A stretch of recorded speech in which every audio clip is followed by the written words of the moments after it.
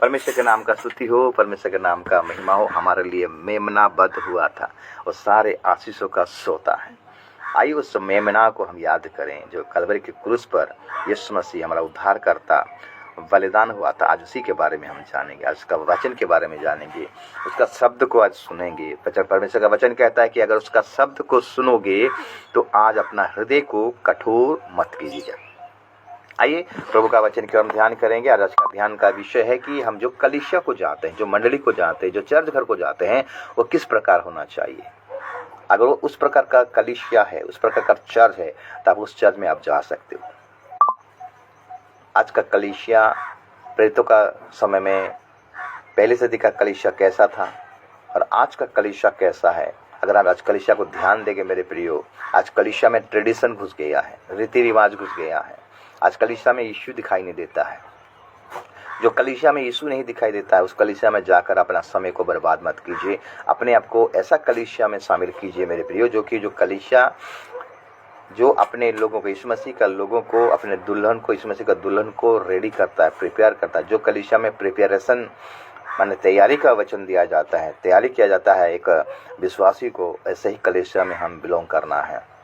इस प्रकार देखते हैं कि आज का कलीसिया किस प्रकार होना चाहिए। उसका अगर हम देखेंगे प्रेरितों का काम 7 अध्याय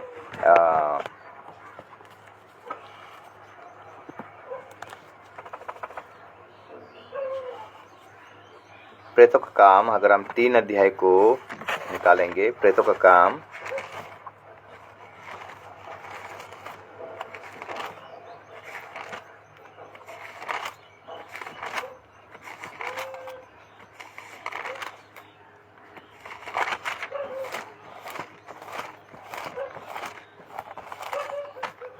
प्रेरितों का काम 3 अध्याय, और हम देखते हैं कि 3 अध्याय उसका 1 पद से लेकर हम अगर पढ़ाई करेंगे 2 पद तक। पतरस और यूहन्ना तीसरे पहर प्रार्थना के समय मंदिर में जा रहे थे और लोग एक जन्म के लंगड़े को ला रहे थे, जिसको वे प्रतिदिन मंदिर के उस द्वार पर जो सुंदर कहलाता है बैठा देते थे कि वो मंदिर में जाने वालों से भीख मांगे।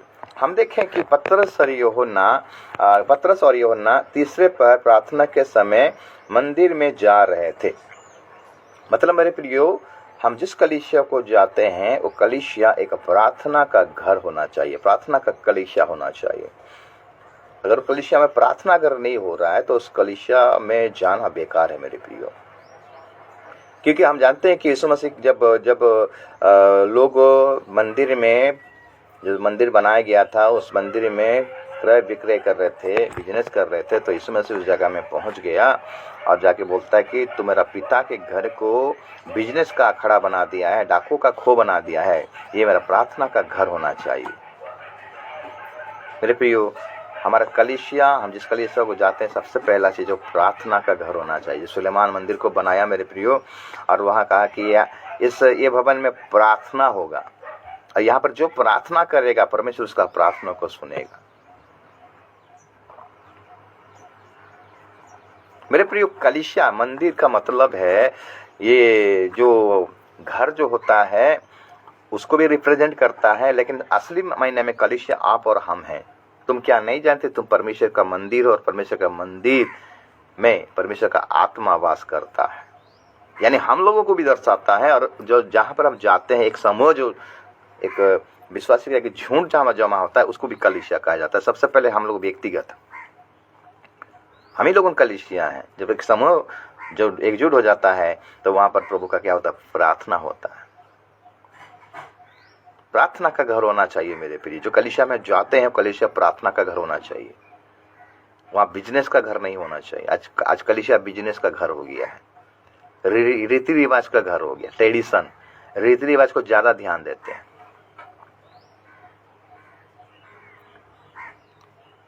हर संडे हम जब कलीसिया में जाते हैं, भवन में जाते हैं, तो हमें किस प्रकार जाना है मेरे प्रिय, वहाँ पर हमारा क्या मोटिव होना चाहिए, प्रार्थना। सबसे पहला चीज हमें प्रार्थना का घर होना चाहिए। यूहन्ना 2 अध्याय को अगर निकालेंगे, यूहन्ना 2 अध्याय और उसका हम पढ़ाई करेंगे 19 और 21। यीशु ने उनको उत्तर दिया, इस मंदिर को ढा दो और मैं इसे 3 दिन में खड़ा कर दूंगा। यहूदियों ने कहा, इस मंदिर के बनाने में 46 वर्ष लग गए और क्या तो उसे 3 दिन में खड़ा कर देगा? मेरे प्रिय, यीशु मसीह अपने शरीर के बारे में बोलता, शरीर रूपी मंदिर के बारे में बोल रहा था, लेकिन लोगों का समझ में नहीं आ रहा।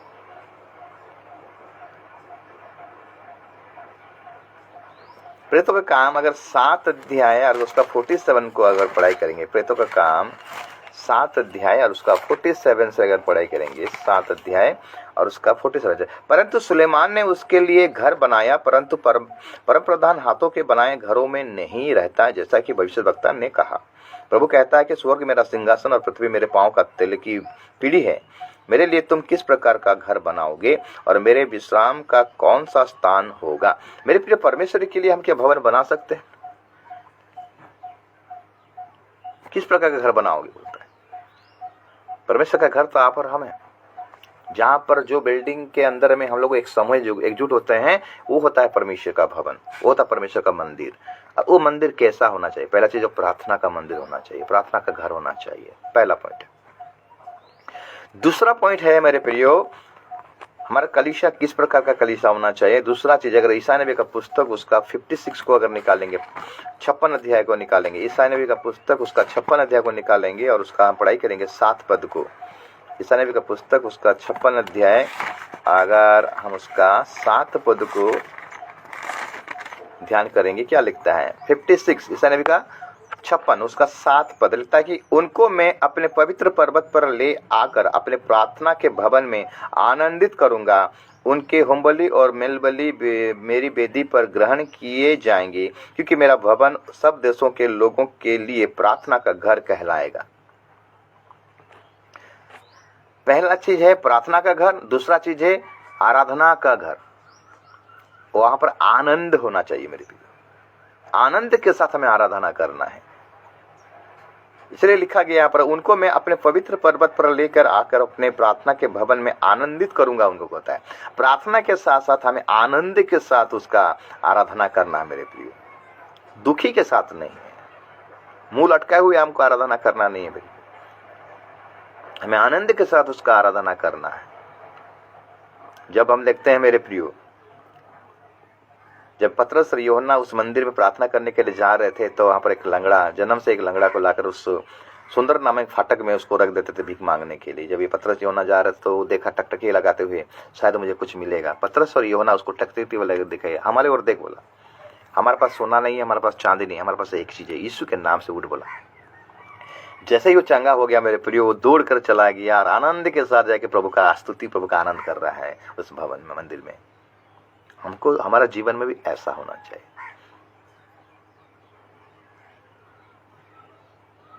सदा प्रभु में आनंदित रहो बोलता है।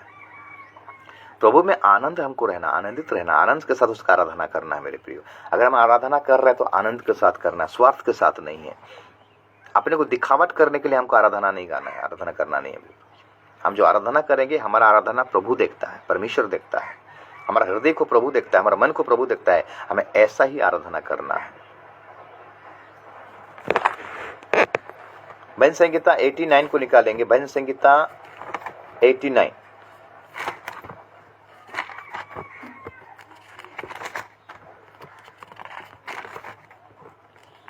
भजन संहिता 89 को अगर निकालेंगे और वहां लिखता है 89 का 15 पद, क्या ही धन्य है वो क्या ही धन्य है वो समाज जो आनंद के ललकार को पहचानता है। हे यहोवा, वे लोग तेरे मुख के प्रकाशन में चलते हैं। जो आनंद के साथ प्रभु का आराधना करता है, प्रभु का महिमा करता है मेरे प्रियो, आनंद के साथ उसका स्तुति करता है, तो वो परमेश्वर का प्रकाश को अपने जीवन में महसूस करेगा, वो पाएगा। आज देखते हैं आनंद के साथ आराधना नहीं आता, मुंह को लटकाए हुए प्रभु के भवन में आते, आनंद गीत गाते तो मुर्दों जैसे ताली कैसे मारते, मच्छर भी नहीं मरेगा। मेरे प्रिय, आनंद के साथ कीजिए, पूरे मन से कीजिए, पूरे दिल से कीजिए। आपका आराधना कैसा करना है? ऐसे मारते ताली, हाथ दुखता है कि यही हाथों से यीशु मसीह कीला ठोका गया था। यीशु मसीह को कितना दर्द होता रहेगा। हम ताली मारने के लिए आज हमको दुख लग जाता है, कष्ट लग जाता है। आनंद के साथ हमको ऐसे ही आराधना करना मेरे प्रियो। हमारा पूरा शरीर उसके लिए समर्पण होना है। हमारा आत्मा, शरीर, प्राण, आत्मा के साथ हमें उसको क्या करना है, पूरे मन से उसका आराधना करना है। यही होता है कलीसिया, सच्चा कलीसिया। ऐसे ये क्या इडली बड़ा और क्या बोलते हैं, बड़ा पका रहे हो क्या आप, काकरा बना रहे हो? दुख लगता है। हमारा आराधना आज ठीक नहीं है मेरे प्रियो। हम आनंद के साथ आराधना नहीं कर पा रहे हैं। हमें कैसा कलीसिया बनना है? पहला प्रार्थना जीवन काटने का कलीसिया। पहला चीज कलीसिया में प्रार्थना का होना बहुत जरूरी है। प्रार्थना का घर होना चाहिए। उसके बाद एक आनंद का घर होना चाहिए, आनंद का कलीसिया होना चाहिए, आनंद का मंडली होना चाहिए। पौलुस कहता है कि प्रभु में सदा आनंदित रहो। मैं फिर से कहता हूं कि सदा आनंदित रहो।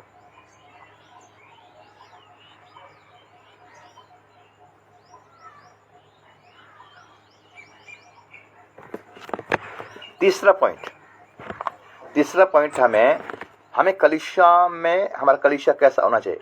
कलीसिया एक शिक्षा का घर होना चाहिए, सीखने वाला घर होना चाहिए। अगर उस कलीसिया को आप जा रहे हो, अगर कुछ नहीं सीख रहे हो और कुछ सिखाया नहीं जा रहा है, इसका मतलब वो कलीसिया नहीं है। अगर हम पढ़ाई करेंगे मेरे प्रियो, पहला सामुएल का किताब उसका 3 अध्याय को ध्यान देंगे। जब सामुएल छोटा था, हन्ना ने क्या किया, सामुएल को दूध पीने के छुड़ाने के बाद ओला के मंदिर में छोड़ दिया। उस टाइम परमेश्वर का शिक्षा को सुनने वाला, उसको मानने वाला कोई व्यक्ति ही नहीं था। एली का 2 पुत्र भी थे जो भी भ्रष्ट थे, पाप धाम के संतान थे। वो लोग भ्रष्ट थे, व्यभिचार करते थे, मंदिर में जो दान आता था वो लूटते थे। आज ऐसा ही कलीसिया में मेरे प्रियो, शिक्षा कम, लूटना ज्यादा हो गया है। जबरदस्ती आज क्या करते हैं, दशमांश मांग रहे हैं, जबरदस्ती ऐंठ रहे हैं। नहीं दोगे तो कलीसिया में नहीं आना, नहीं दोगे तो प्रभुवच नहीं दूंगा। मेरे प्रियो, प्रभु आपको अगर चुना है, प्रभु आपको अगर नियुक्त किया है, तो दशमांश मांगने का कोई जरूरी नहीं है। अगर अच्छा टीचिंग दोगे, अच्छा शिक्षा दोगे, तो मेरे प्रियो वो लोग समझ जाएंगे। और आपको बोलने से पहले नहीं, आपको बोलने की जरूरत नहीं है। वो जानते हैं कि मेरी जिम्मेदारी क्या है, मेरा कलीसिया का जिम्मेदारी क्या है, मेरे पास्टर के प्रति मेरा जिम्मेदारी क्या है। ऑटोमेटिकली आज किस प्रकार का शिक्षा आप दे रहे हो अपने कलीसिया में।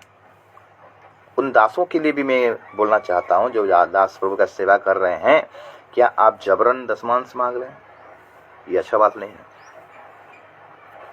जो हृदय से अगर नहीं देता है, जबरदस्ती देता है, वो दशमांश प्रभु ग्रहण नहीं करता है। ध्यान दीजिएगा। आप अपने फायदा के लिए करते हो, लेकिन वो फायदा आपका सेविकाई में वो चीज मैंने क्या बोलते शोभा नहीं देता है। आप अगर मांगते हो, विश्वासी को सिखाइए, वचन के माध्यम से सिखाइए। अगर वहां पर अगर सिखाने वाला नहीं है, अगर आप मंडली को सिखा नहीं पा रहे हो, तो आपका भूल है। आपको सीखना पड़ेगा, उसके बाद सिखाना पड़ेगा। जो कलीसिया में ऐसा टीचिंग नहीं है, ऐसा शिक्षा नहीं दिया जा रहा, बाइबल का आधारित शिक्षा नहीं दिया जा रहा है, वो कलीसिया में मत जाइएगा मेरे प्रिय, नहीं तो आप भी भूल में पड़ जाओगे। प्रभु के पास जब यीशु मसीह अपने चेलों को बुलाहट दिया, उसके साथ रहें, पहले उसके साथ रहें। क्यों रहे जानते हैं? सीखने के लिए। यीशु मसीह कैसा कर रहा था, वो सीखने के लिए, लेकिन वो सीखने नहीं पाए। जब पवित्र आत्मा आया, रिवील हुआ उनके जीवन में, यीशु मसीह 40 दिन इस दुनिया में फिर से क्यों रहा? पुनरुत्थान के बाद जानते हैं, चेलों को याद दिलाने के लिए रहा। तो आज भी प्रभु के दास वचन के द्वारा अगर आपको सिखा रहे हैं, आपको सीखना जरूरी है। आप सीख नहीं पा रहे, क्यों? क्योंकि आप फॉलो नहीं कर रहे हो, ध्यान नहीं दे रहे हो। जो टीचिंग, जो कलीसिया में जो टीचिंग आपको दिया जा रहा है, जो शिक्षा दिया जा रहा है, अगर सही शिक्षा दिया जा रहा है, आपका काम है उसको जाकर घर में फिर से रिपीट करना, मनन करना है। गाय बैल को देखिएगा, जब खाना खाते हैं वो लोग क्या करते हैं, आके उस खाने को फिर से चबाते हैं। तो हम क्या करते हैं? चबाते नहीं है, हम एक कान से सुनते और एक कान से निकाल देते हैं। इसलिए हम शिक्षा को ग्रहण कर नहीं पाते हैं। वचन को ग्रहण नहीं कर पाते, शैतान को मौका मिल जाता है, आपको क्या कर देता है, रास्ते में ही से चुरा लेता है। इसलिए दृष्टांत दिया गया ना, बीज बोने वाला का दृष्टांत। रास्ते के किनारे जब गिरा, चिड़िया ने आकर चुग लिया।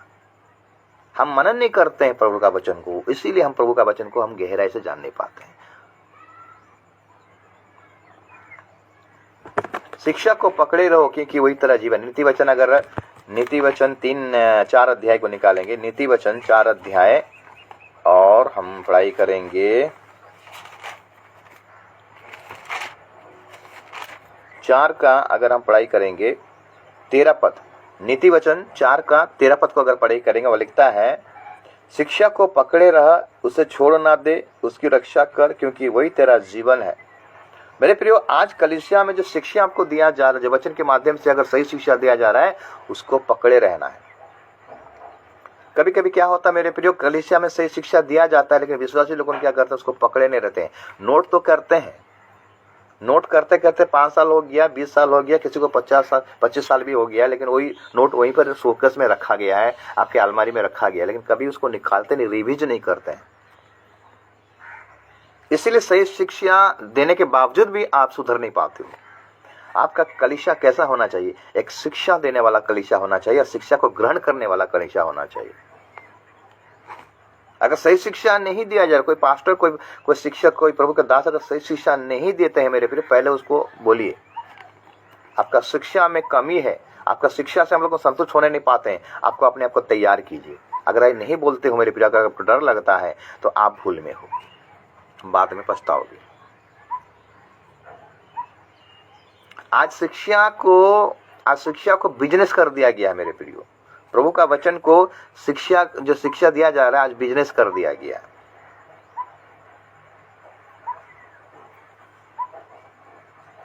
आपको कैसे टीचिंग मिल रहा है, कैसे शिक्षा मिल रहा है? बाइबल को पढ़ना जरूरी है मेरे प्रियो। विश्वासी होने के नाते हम देखते हैं कि पहली सदी के कलीसिया जो प्रेरितों का काम को अगर पढ़ाई करेंगे, 1 से लेकर पूरा 4 अध्याय तक पढ़ाई करेंगे, वहां देखते हैं जब प्रेरित लोगों वचन के द्वारा जो प्रचार कर रहे थे, विश्वासी लोगों को जो प्रचार कर रहे थे, तो वो विश्वासी लोग सुनकर उसको क्या करते थे, शास्त्र को खोजबीन करते थे। जो प्रचार किया जाता था वो सही था कि गलत था। बाइबल रहकर भी आप घर में बाइबल रहकर भी आप नहीं पढ़ते हो, दुखद वाला बात है। मेरे को लगता है आप आलसी हो गए शायद। टीवी देखने में तो आलसी नहीं होते, 3 घंटा टीवी देखते हैं, सीरियल को पूरा कंप्लीट कर देते हो, लेकिन बाइबल आपका कंप्लीट नहीं होता साल में।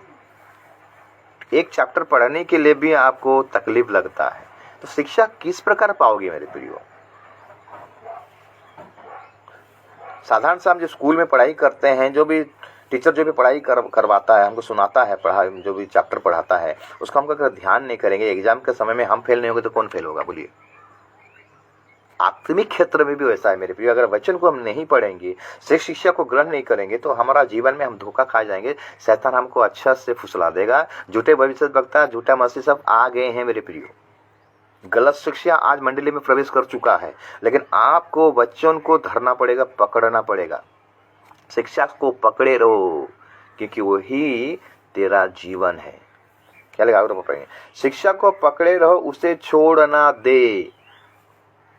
हम क्या करते हैं, वचन सुनते हैं कलीसिया में, 1 घंटा 2 घंटा बैठते हैं, नोट भी करते हैं, उस समय ठीक रहता है। जब खत्म होता है चर्च ना, जब घर में आ जाते हैं, वो नोट कहाँ और आप कहाँ हो जाते हैं।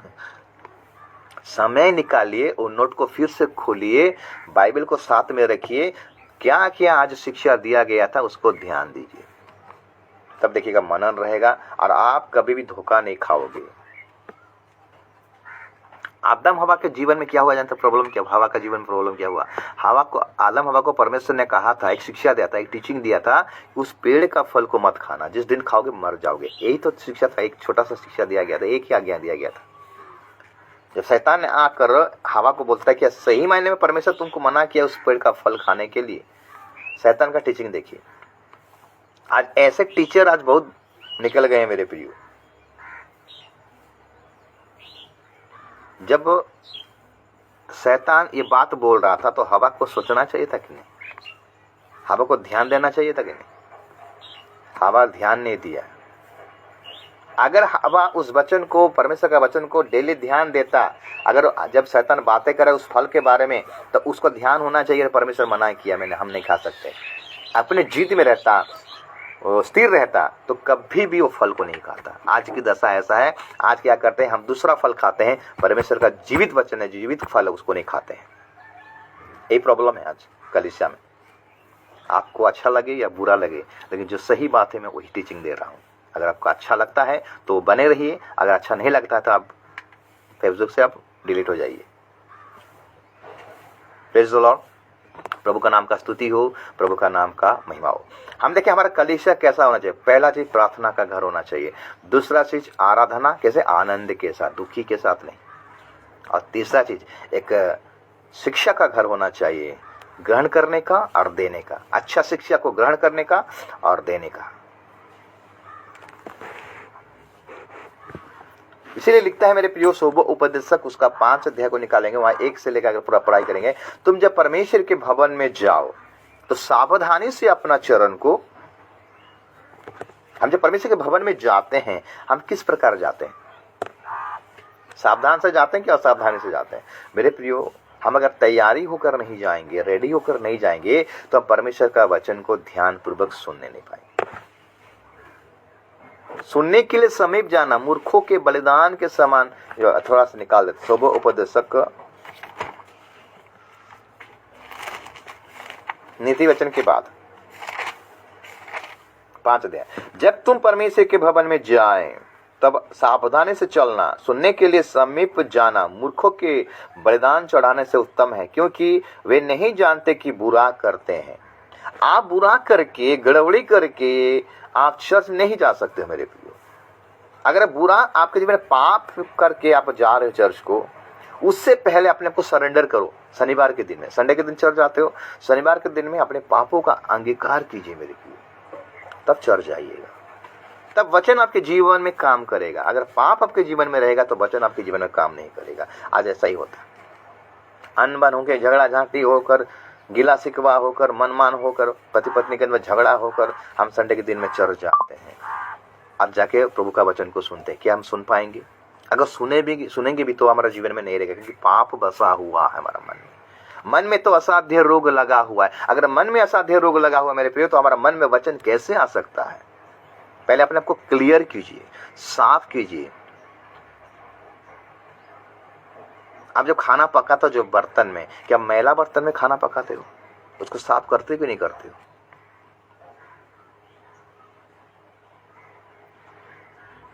सोच लीजिए कि आपका बच्चा खाटिया में बैठा और टट्टी कर दिया, उसको साफ करोगे कि नहीं करोगे? इतना ध्यान है इसी के प्रति, साफ के प्रति। लेकिन कलीसिया में जब जाते हो अपने आप को शुद्ध करके जाना है कि नहीं? मेरे प्रियो, हम दारू पीकर, हंडिया पीकर, गलत काम कर कर, बेविचार काम कर कर, इसको गाली देना, उसको गाली देना, चुगली कर कर हम चर्च आ सकते हैं। ये जो मनुष्य का बनाया हुआ चर्च में आ सकते हैं, लेकिन परमेश्वर का जो असली चर्च है स्वर्ग में है, वहाँ पवित्र होकर ही जाना है मेरे प्रियो। यहाँ हो सकता है, वहाँ नहीं हो सकता। ध्यान दीजिएगा, यहाँ अगर प्रैक्टिस करेंगे, अभ्यास करेंगे तो वहाँ जाने के लिए हमें कोई नहीं रोक सकता। इसलिए हमारा कलीसिया एक शिक्षा का घर होना चाहिए, एक टीचिंग का घर होना चाहिए। शिक्षा देने वाला भी अच्छा शिक्षा देना चाहिए और सुनने वाला भी अच्छा से सुनना चाहिए। ऐसा घर होना चाहिए, तब जाके हम मसीह के लिए हम तैयार होने पाएंगे, रेडी होने पाएंगे। गलत शिक्षा से थोड़ा सा दूर रहिएगा। ये हुआ आपका 3 नंबर पॉइंट। हमारा चर्च कैसा होना चाहिए? शिक्षा का घर होना चाहिए। 4 नंबर पॉइंट, अगर हम पहला पत्रस का किताब 4 का 17 को अगर पढ़ाई करेंगे, पहला किताब 4 का 17, पहला पत्रस 4 का 17 लिखता है, क्योंकि वो समय आ पहुंचा है कि पहले परमेश्वर के लोगों का न्याय किया जाए, और जबकि न्याय का आरंभ हम ही से होगा तो उनका क्या अंत होगा जो परमेश्वर के सुसमाचार को नहीं मानते हैं। और यदि धर्मी व्यक्ति की कठिनाई से उद्धार पाएगा तो भक्तिहीन और पापी का क्या ठिकाना। मेरे प्रियो, चौथा पॉइंट, हमारा चर्च साधु लोगों का रहने का स्थान होना चाहिए। हमारे चर्च में साधु लोगों होना चाहिए। अपने आप को पवित्र कर कर, अपने आप को तैयारी कर कर, पवित्र जीवन बिता कर हमको क्या करना चाहिए? हमारे चर्च में साधु लोग उनको तैयारी करना है।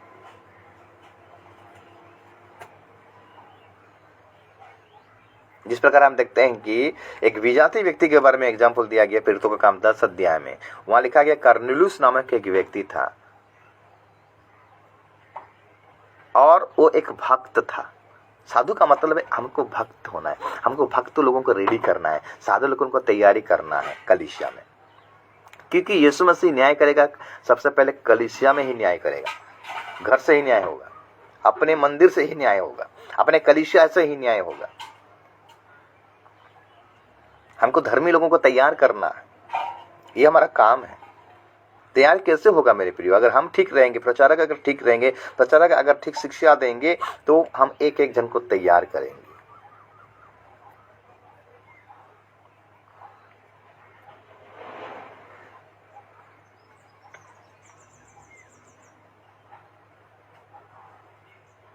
ये चौथा पॉइंट है।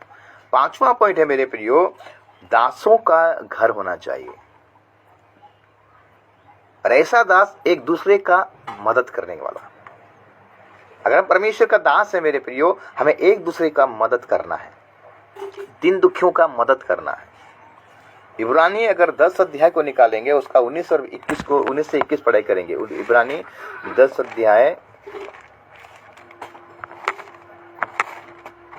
और उसका 19 से लेके 21 तक पढ़ाई करेंगे। लिखता है, इसलिए हे भाइयों, जब हमें यीशु के लहू के द्वारा उस नए और जीवित मार्ग से पवित्र स्थान में प्रवेश करने का हियाब हो गया है, जो उसने पर्दे अर्थात अपने शरीर में से होकर हमारे लिए अभिषेक किया है, और इसलिए कि हमारे ऐसा महान याजक है जो परमेश्वर के घर का अधिकारी है। हमारा ऐसा महायाजक है जो परमेश्वर का घर यानी परमेश्वर का मंदिर का जो अधिकारी है, वो हमें भी अधिकार दिया है। हम जिसको विश्वास करके ग्रहण करते हैं तो हम भी उसको क्या करते हैं, हमारा अधिकार, उसका अधिकार हमारे जीवन में आ जाता है। हमें जो अधिकार मिला है, हम एक दूसरे का सहायता और मदद करना है। ऐसा कलीसिया होना चाहिए। लेकिन आज उसको देखता है तो मुंह फुलाता है, उसको देखता है तो मुंह फुलाता है। कोई कमजोर नहीं होता तो उसको पूछता नहीं है। आज कलीसिया का दशा ऐसा है मेरे प्रिय। मरकुस 10 का 45 को अगर निकालेंगे, मरकुस 10 का 45, मरकुस 10 का 45 क्या कहता है? मरकुस 10 का 45 हम अगर पढ़ाई करेंगे, मरकुस 10 का 45, क्योंकि मनुष्य का पुत्र इसलिए नहीं आया कि उसकी सेवा टहल की जाए, पर इसलिए आया कि आप सेवा टहल करें और बहुतों की छुड़ौती के लिए अपना प्राण दे। यीशु मसीह जब जगत में आए अपने सेवा पाने के लिए नहीं। आज हमको सेवा पाने का बहुत इच्छा, हमारा कोई सेवा करे। अगर हम कलीसिया में है तो प्रभु, अगर हम कलीसिया में है मेरे प्रियो, तो हम सेवा हम पाने के लिए नहीं, हम सेवा करने के लिए हो तत्पर रहे, सेवा करने वाले बने, ऐसा दास बने जो दूसरों का सेवा करे। लेकिन हमको तो सेवा चाहिए, हमको तो मान चाहिए, हमको तो इज्जत चाहिए। आज कलीसिया का ऐसे ही लोगों से भरा पड़ा है। हमारा सेवा करें, हम क्यों दूसरों का सेवा करें? यीशु मसीह मेरे प्रियो जो चेलों का पैर को धोया, ये क्या दर्शा रहा जानते हैं ना? मैं सेवा पाने के लिए नहीं आया हूं, मैं सेवा करने के लिए आया हूं। तुम भी वैसा करो। हमारे कलीसिया में ऐसे दासों का जरूरी है तैयार करना है कि एक दूसरे का सेवा करें, एक दूसरे को प्रेम करें। कहाँ दिखाई देता है आपका कलीसिया में? अपना कलीसिया को ठीक कीजिए, नहीं तो एक दिन आपका कलीसिया ही खाली हो जाएगा। ध्यान दीजिएगा। जब शिक्षा को पा लेंगे मेरे प्रियो, वचन को पा लेंगे, अगर आप अपने कलीसिया को रेडी नहीं कर रहे, तैयार नहीं करो, शिक्षा नहीं दे रहे, तो आपका कलीसिया खाली हो जाएगा और उस टाइम पापड़ बेलते रहोगे।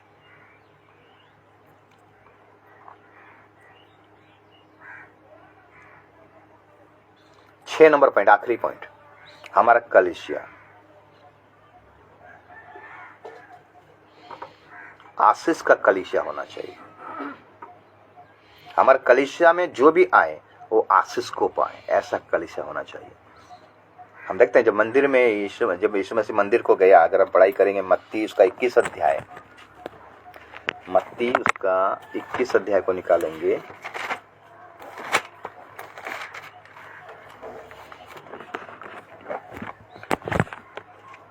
12 पद से जब पढ़ाई करेंगे, मत्ती 21 अध्याय जब 12 पद से पढ़ाई करेंगे, यीशु मसीह मंदिर में जाता है। मंदिर में लोग क्या करते, बिजनेस कर रहे थे।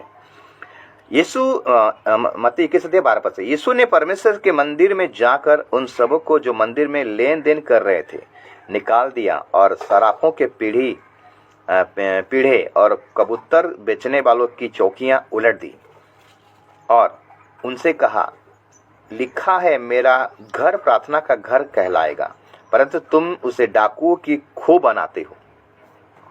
तब अंधे और लंगड़े मंदिर में उसके पास आए और उसने उन्हें चंगा किया। परंतु जब प्रधान याजकों और शास्त्रियों ने इन अद्भुत कामों को जो उसने किए और लड़कों को मंदिर में दाऊद के संतान को होसाना पुकारते हुए देखा तो वे क्रोधित हुए।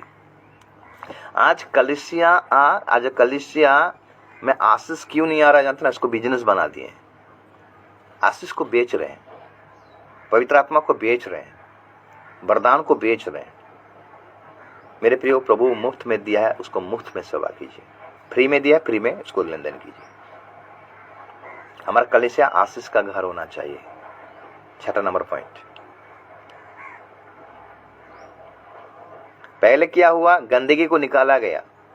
यीशु मसीह क्या किया, सबको कोड़े मारकर चौकियां, हम देखते हैं लेन देन करने वाले जितने थे उनके पीढ़े, कबूतर बेचने वालों की चौकियां को सबको उलट दिया। कबूतर बेचने वाला, इसका मतलब क्या है, पवित्र आत्मा को लोग आज बेच रहे हैं, पैसा का लेन देन कर रहे हैं। आज कलीसिया डाकू का खो हो गया है, पैसा का लेन देन वाला कलीसिया हो गया है, बिजनेस का घर हो गया है। वो कलीसिया नहीं है मेरे प्रियो। आपके कलीसिया में अगर ऐसा हो रहा है तो आप अवॉइड कीजिए, सही कलीसिया को चुनिए। अगर वो कलीसिया में कोई अच्छा नहीं लग रहा है, आपके आत्मा के अनुसार आप आपको देख रहे हो, आपकी आंखों से देख रहे हो कि कलीसिया वचन के अनुसार अगर नहीं है, तुरंत उस कलीसिया को छोड़िए और एक अच्छा कलीसिया में आप शामिल हो जाइए। क्योंकि झूठा भविष्यद्वक्ता, झूठा मसीह अब एंट्री मार चुके हैं। मिस्री जनता, आज इसराइल में मिस्री जनता था, मिस्री जनता के चलते इसराइल लोगों कानान देश में पहुंचने नहीं पाए, क्योंकि मिस्री जनता इनको भटका रहे थे। आज गलत शिक्षा मिस्री जनता का समान है। आज कलीसिया में गलत शिक्षा घुस गया है। दुखद वाला बात क्या है जानते हैं? उन पास्टरों को, उन प्रभु के दासों को मैं बोलता हूं, जो विश्वासी है आप उनके ऊपर हाथ रखकर मत प्रार्थना कीजिए, ये बहुत गड़बड़ है। वो तो प्रभु को जान लिया है, वचन को जान लिया है, उसके लिए आप हाथ रखकर क्यों प्रार्थना करेंगे? उसको गिरा रहे। मैं देखा हूं अपनी आंखों से, विश्वासी है, हाथ रख के गिराते हैं, वो फिर से उठता है, फिर उठता है, फिर कौन सा मीटिंग हुआ, फिर हाथ रखते हैं, फिर गिराते हैं। आजकल इस समय ऐसा हो रहा है। मेरे प्रियो, अन्य जाति के लिए हमें कहा गया है प्रार्थना करो हाथ रख, विश्वासी के लिए। विश्वासी ऑलरेडी प्रभु को जानते हैं, सर्वशक्तिमान परमेश्वर को जानते हैं, और किस उपाय से वो प्रभु से प्रार्थना करेगा उनको भी पता है। उनके लिए प्रार्थना का कोई जरूरी नहीं है, वो वचन को जानते हैं। जो नहीं जानते हैं वचन को, जो नया आदमी, नया जाति से जो आता है, जो प्रभु को नहीं जानता है, नई जाति से जो आता है, आप उसको, जब पवित्र आत्मा आपको अलाउ करता है, आप हाथ रखकर प्रार्थना करवा सकते हैं। दुखद वाला बात है कि पास्टर लोगों ने आज आदत बना दी है अपने कलीसिया को हाथ रखकर खाली गिरा रहे, शो कर रहे हैं, देखिए हमारे पास कितना पावर है, कितना शक्ति है। कुछ फायदा नहीं है, कलीसिया खाली हो जाएगा। जब लोग सत्य को जानेंगे ना मेरे प्रियो, आप हमारे रोते रोते रह जाओगे। इसलिए आप भी से अपने आप को सुधार लीजिए, आपका कलीसिया को बनाइए अच्छा से। वही कलीसिया को प्रभु लेगा जो कलीसिया पवित्र रहेगा, कोई कलंक नहीं रहेगा, कोई दाग नहीं रहेगा, कोई झुरिया नहीं रहेगा। वही कलीसिया को प्रभु यीशु मसीह रैप्चर करेगा। जितने भी आप ऑनलाइन देख रहे हो, मैं आप सबसे निवेदन करता हूँ, अपना कलीसिया को देखिए ध्यान से। ऐसा सब हो रहा है क्या प्रार्थना ठीक से हो रहा है? आराधना ठीक से हो रहा है क्या? आनंद के साथ आराधना कर रहे हैं क्या सही शिक्षा दिया जा रहा है? क्या सही साधु लोगों को तैयार किया जा रहा है? क्या साधु लोगों का घर बन गया है क्या? वो क्या आपका आशीष का घर हुआ है? क्या आशीष आ रहा है क्या? 6 पॉइंट को ध्यान दीजिए और जितना हो सके शेयर कीजिए। आज का कलीसिया कैसा होना चाहिए?